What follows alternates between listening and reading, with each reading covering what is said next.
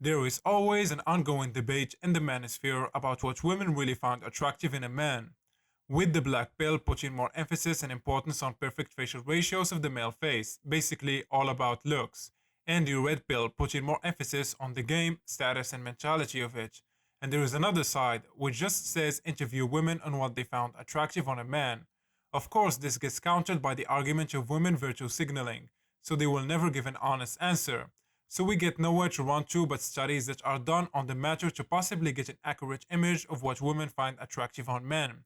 Again, keep in mind, this is going to be affected by the culture and environment of each woman. So I'm saying this right now. You can never get a perfect, accurate image of what women find attractive. It will always be somewhat slightly different. The way I will handle this video is by splitting it into two main parts. The first part will talk about the actual ratios women possibly emphasis on possibly find attractive, and the second part will talk about some misconceptions about what women find attractive in men. If you want to support the channel and get your face evaluated by me with personalized look max and advice, link will be down in the description. If you want to read more about topics like these, you can check out my blog at nerofaceracing.com. Without further ado, let's get this video started. So the way this will be structured is by looking at three groups of people: the black-pilled users of the PSL scale, the normie men who are not exposed to any sort of black-pilled belief, and normie women. Each of them state what they think look good on a man, starting with the famous FWHR or facial weight to height ratio.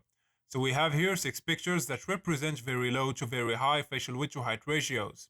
The normie men and women find this ratio right here in the third picture to be the most attractive, while PSL scale users lean more toward the fourth to fifth picture, which shows of a very high and aggressive facial weight to height ratio.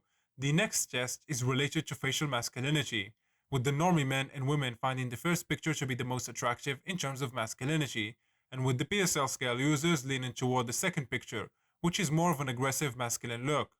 The third picture test is related to facial forward growth. The normie men find the profile to be the most attractive, the second to third picture, while women find these profiles to be the most attractive, and the PSL scale users find these profiles to be the most attractive.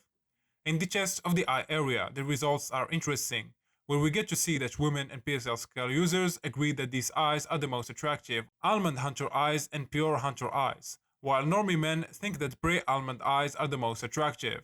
So eye area goes as a win to PSL users.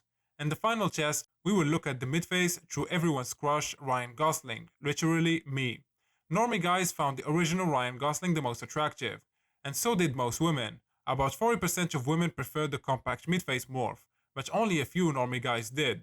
A little black pill knowledge can get your taste in male aesthetics to be closer to women's, but PSL users have gone too far, and thought the compact morph was more attractive than women really found it to be. So let's talk about some common misconceptions men who see things through the male gaze think women find attractive, but majority of them actually don't. First misconception: women love well-built pro bodybuilders type physiques. That's false. In reality, women love more of a lean, athletic body that's not overly muscular, with a decent shoulder to waist ratio. Next misconception: the more masculine you look, the more attractive you are.